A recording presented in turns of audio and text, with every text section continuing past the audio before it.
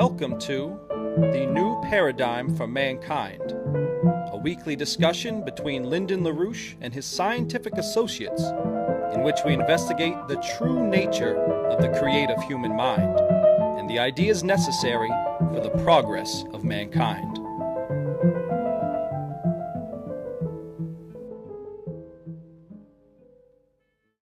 Today we're going to continue the discussion on the needed concepts to address the breakdown of this current system.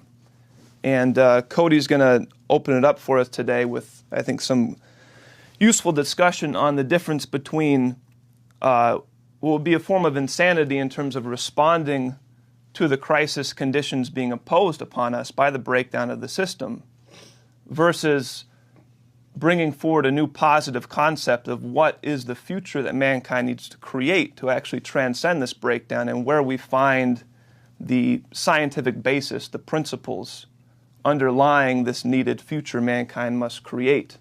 And so with that, I think Cody's ready to open it up and bring us the discussion here. Yeah, so what we want to do is start to dispel some of these myths about the way economies work and the responses to the crisis. I think first off, it's important to note that from the standpoint of the oligarchical perspective, the collapse of the system is an intended effect. I mean, they've always had the intention to bring about massive reductions in population, reductions in living standard, and go back to a feudal type of order. And they've created a system that would produce exactly that kind of effect. Now, many of the axioms that they've introduced have been accepted by their dupes, who are willing to act really as abiding Nazis in pushing through these policies. But unfortunately, much of the general population has also come to accept a number of these axioms and are willing to accept the kinds of consequences that unfold from these axioms. And we're talking about the kind of discussion now going on with austerity, massive budget cuts, where the discussion is, well, we don't have enough to go around. People are getting older. They're drawing more on the resources. And since we all accept that there are limits to growth, there are limits to resources, well, we're just going to have to go through with these necessary kinds of cuts. And so now it's reached the point of insanity where you've got even Democrats going along with the president explicitly on the idea that we now have to start to cut major entitlements like Social Security, like Medicaid and Medicare, all in the name of balancing the budget. And that though we may not like it, it's unavoidable. That's the idea that's pushed. Now, we saw this expressed by a guy who is not a fool, but really is malicious. And I'm talking about Frank Keating, the head of the American Bankers Association, who has been an outspoken opponent of a return to Glass-Steagall, who in fact has had some of his goons directly attack our own members, Paul Gallagher in particular, attacking him and his call for Glass-Steagall in, I forget which paper it was. Was it in South Dakota, I believe it was? Mm-hmm. Anyway, so you've got Keating, head of the American Bankers Association, speaking as a mouthpiece really for J.P. Morgan and the oligarchical interests, who are saying we have to try to salvage and hold on to our financial system at all cost.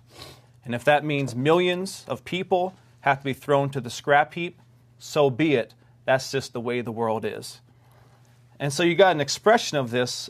This is from, let's read one quote from Keating. This is about 2 weeks ago at a hearing of the U.S. Senate Banking Committee in discussing the fact that, and you'll see what he says, about how we have to deal with the fact that the baby boomer generation is the largest generation in population size and is now getting older and is becoming more of a burden on the resources of the planet. So here's what Keating says. He says, in 1950, the average person retired at 62 and died at 69 or 65 or 69. Today, the average person retires at 62 and dies at 80. So all the actuarial tables are off. we are mercifully living a lot longer, which is causing huge stresses in our ability to provide for the elderly in the United States. And it will continue to deepen and darken over the course of the next 20 years. And so making that argument, he then says we need to go towards these things like longevity indexes, where effectively you're doing accounting analysis on the lives of people, saying, can we really afford to keep people alive as long as they are? Isn't there a limit in terms of how old people should be allowed to get while they consume resources and no longer contribute to the economy, to the GDP? And it's a fascist mentality.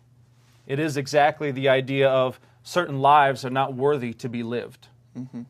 It's the same kind of mentality which is behind Obamacare, where they start to put in these regulations. Yes, we're going to, quote unquote, expand health care to everybody, but we're going to expand it more to the effect of creating a control over the lives of our population, where we start putting in restrictions on what kind of health care you're going to get. We start putting restrictions on what kind of treatments you're entitled to get based off of what your monetary return to the economy. So it's really fascist accounting. And that's what we're seeing really starting to dominate the discussion in Washington. You know, this whole fake debate between the Democrats and the Republicans really is vectored towards one end, which is start to reduce the population of the United States en masse through massive cuts in those, really the social safety net that was set up by the likes of Franklin Roosevelt and was defended by John Kennedy, really the last president to wholly defend these kinds of measures. Now, it's really an absurd idea, because if you look at the history of mankind, that's been the trend always. We're always living longer. We're always increasing the living standard, increasing the population density. That's the nature of human growth. And so at any point, with this kind of mentality, you could have stepped in and said, oh, we've got to cut it off. People are now living to be 50 years of age. That's much, much too old, right? Your usefulness to society ends at whatever, 35, when you can no longer run down an ox or something like that. So you could have, with this mentality, always said, oh, now here's where we need to cut it off. Right? Cost-benefit analysis says that we can't support people over the age of 45. Or women, once they've given birth to their third child, let them die because they're no longer a use to the tribe or something. And so it's really been, it's an insane idea. So if you look here, this just shows you population growth in Europe. What's actually been the trend? Well, we've always had growth, and really you had an explosion in population density, and life expectancy, really coming out of the Renaissance period, which should start to give you an indication of what really is behind human economic growth. That human economic growth is not simply a function of resources or anything physical in that sense, but it's a function of the creative powers of the human mind.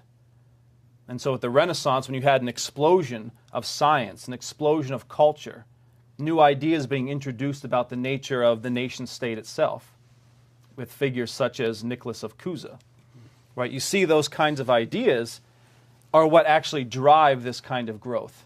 And this is actually a natural process. But of course, at any point along here, with this kind of oligarchical mentality, and they did do this, you could have always stepped in and said, oh, now we've reached the limit. Now, the inverse of this is what happens whenever we fail to introduce higher forms of energy flux density. Whenever we actually go along with a kind of oligarchical system, the monetarist system that we've had of late. And so here what you see, this is what's known as the triple curve collapse function that Mr. LaRouche had developed, 20 plus years ago or so, right? Where you're looking at so you've got this dynamic between these three different curves: the physical economy, financial aggregates, and then the money supply, where you see an inverse relationship between the hyperbolic growth of the financial side of things really feeding off the hyperbolic collapse of the physical side of things. And this gives you an image of really where we've reached now, where we've seen a systematic collapse of our physical economy. Right? We've failed to invest in the right forms of industry or technology, while we've had this massive explosion in finance, in monetary output, typified now by the insanity of QE infinity, or whatever they're dealing with now. Well, here you see the changes in the type of the share of the workforce in different sectors.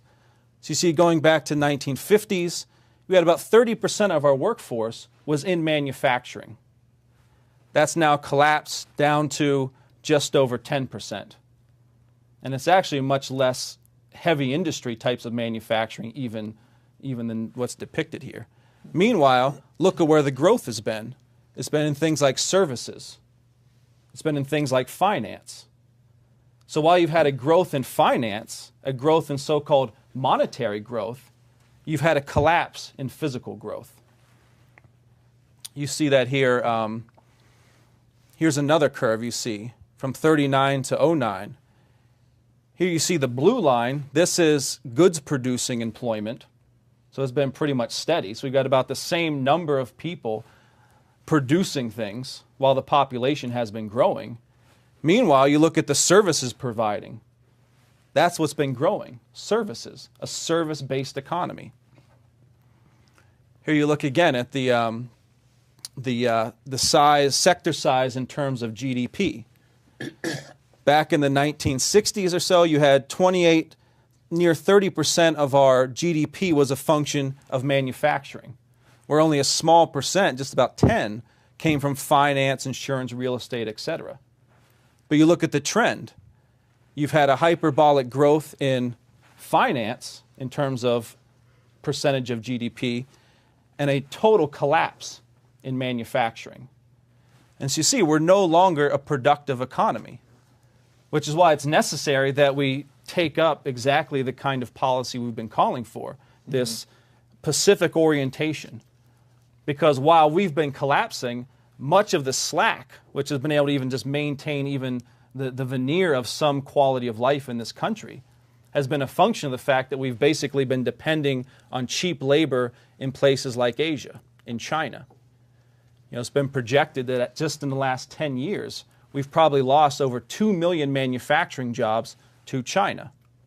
Now, of course, they themselves cannot sustain their current level of growth because they've become then dependent on the U.S. and others to be sort of, as Mr. LaRouche put it at one point, the consumer of last resort. Well, now we're no longer going to be able to consume these goods. They're not going to be able to sustain their level of growth under the current paradigm. But because of this shift, it means that we must necessarily move towards this kind of strategic alliance, where we start to develop and utilize the industrial capacity that has been developed in Asia, and to bring it together with certain know-how and advantages of the United States to really take on this whole development of the Pacific Rim. Developing things like the NAWAPA system here in the United States, developing the Bering Strait corridor into Asia, and actually having an alliance for that kind of development, where we necessarily need each other now, but we need each other according to this perspective of real high-intensity, higher energy flux density type of growth. And I think we'll be able to make the case over the next weeks or more that the only thing that is going to work with this is to go with a fusion-based driver economy. That we have to, in a sense, leapfrog the 40, 50 years of collapse. That we can't even fission itself isn't going to be sufficient. We're going to have to leapfrog it towards fusion, being driven by fusion in order to have a rate of accelerated growth that can overcome the rate of accelerated collapse that we've seen over the last 50 years. And so that's really the perspective we've got to have. And, as we've discussed, starts with Glass-Steagall, you get that in, you set up the firewall, you go back to this kind of Hamiltonian system of credit, driven by this idea of the Asian or the Pacific orientation, fusion development. That's your orientation. Now you start to develop the credit to be put out to actually facilitate the flow of resources, manpower, et cetera, into that kind of real physical growth process. So let's leave it at that and see what we have here for discussion. Well, first of all, I would say we've got to avoid assuming what the people's argument today. They fail to understand the fundamental difference between mankind and other forms of life, first of all.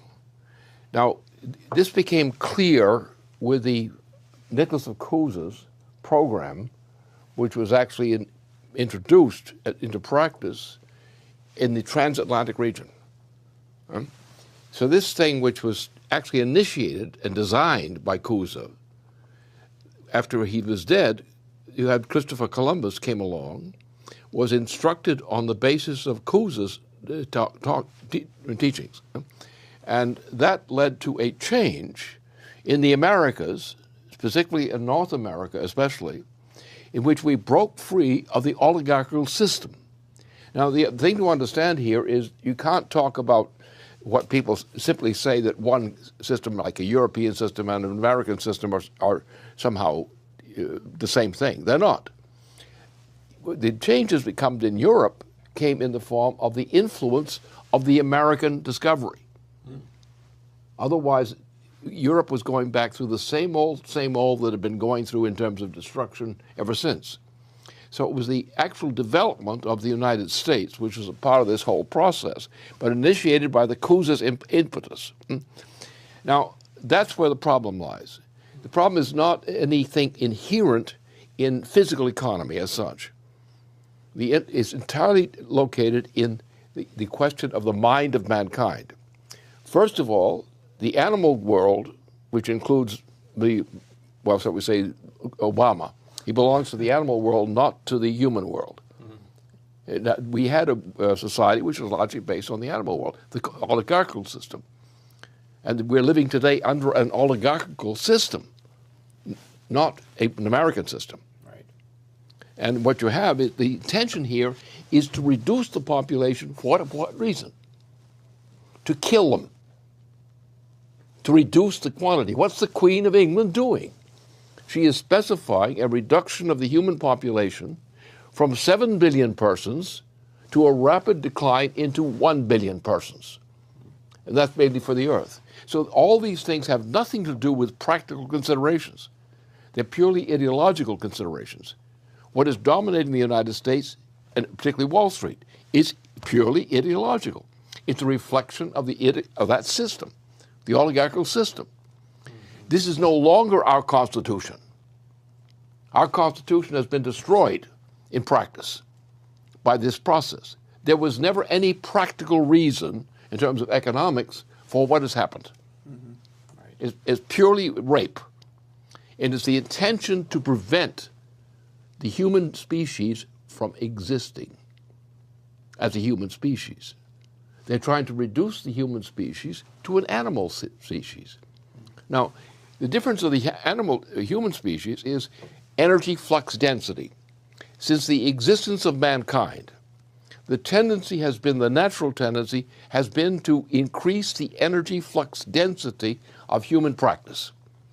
And this can be measured in terms of South Africa, where you had this ancient time, you had the use of fire by mankind distinguished the human species from the non-human species.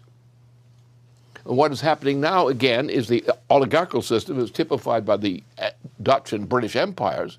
These are entirely anti-human systems. They want to rule the planet as animals. Right. And therefore they have to reduce the population in numbers in order to reduce them to the scale of an animal species, not a human species. So the issue is not actually economic. It is murder, an intentional mass murder of the human population as an inhuman species, to reduce the human species to an inhuman species. So it's a malicious intention. And you can go through the entirety of history, and you can measure the progress of man by looking at the rate of energy flux density. Now you take the increase of energy flux density per capita in human beings, and you take the ebb and flow of that tendency, which accounts for the degeneration of Eurasia. That Eurasia has gone through these long periods of mass death. Why? Because they have been following an oligarchical system. There's somewhere in this process, as in the Americas and in Europe, something went wrong.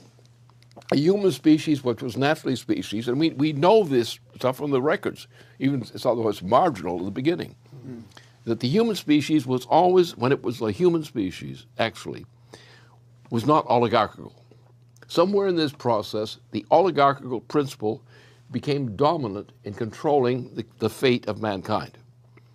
The greatest improvement that ever occurred over this was the result of what Cousin discovered. And it was Cousin who specified crossing the great oceans into other continents away from the Eurasian continent and going to this new continent, this new freshly discovered continent. It wasn't actually totally fresh, but that was the effect. This made the change. The creation of the United States was the most decisive action that was ever taken against the oligarchical system. Now, the unfortunate part about it was the Anglo-Dutch system, which was an oligarchical system, not a human system. And that distinction should be made. When you're talking about the British system, for example, you're talking about the oligarchical system, not the human system. And the responses to the crisis. I think first off, it's important to note that from the standpoint of the oligarchical perspective, the collapse of the system is an intended effect. I mean, they've always had the intention to bring about massive reductions in population, reductions in living standard, and go back to a feudal type of order. And they've created a system that would produce exactly that kind of effect. Now, many of the axioms that they've introduced have been accepted by their dupes, who are willing to act really as abiding Nazis in pushing through these policies. But unfortunately, I think some useful discussion on the difference between what will be a form of insanity in terms of responding to the crisis conditions being imposed upon us by the breakdown of the system versus bringing forward a new positive concept of what is the future that mankind needs to create to actually transcend this breakdown, and where we find the scientific basis, the principles underlying this needed future mankind must create. And so with that, I think Cody's ready to open it up and bring us the discussion here. Yeah, so what we want to do is start to dispel some of these myths about the way economies work. And actually, much of the general population has also come to accept a number of these axioms and are willing to accept the kinds of consequences that unfold from these axioms. And we're talking about the kind of discussion now going on with austerity, massive budget cuts, where the discussion is, well, we don't have enough to go around. Mm-hmm. People are getting older. They're drawing more on the resources. And since we all accept that there are limits to growth, there are limits to resources, well, we're just going to have to go through with these necessary kinds of cuts. And so now it's reached the point of insanity where you've got even Democrats going along with the president explicitly on the idea that we now have to start to cut major entitlements like Social Security, like Medicaid and Medicare, all in the name of balancing the budget. And that though we may not like it, it's unavoidable. That's the idea that's pushed. Now, we saw this expressed by a guy who is not a fool, but really is malicious. And I'm talking about Frank Keating, the head of the American Bankers Association, who has been an outspoken opponent of a return to Glass-Steagall, who in fact has had some of his goons directly attack our own members, Paul Gallagher in particular, attacking him.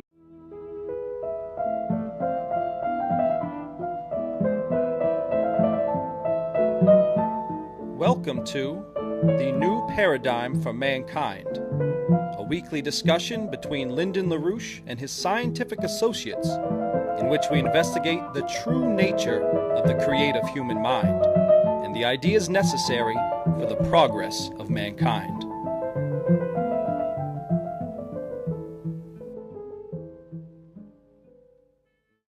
Today we're going to continue the discussion on the needed concepts to address the breakdown of this current system. And Cody's going to open it up for us today with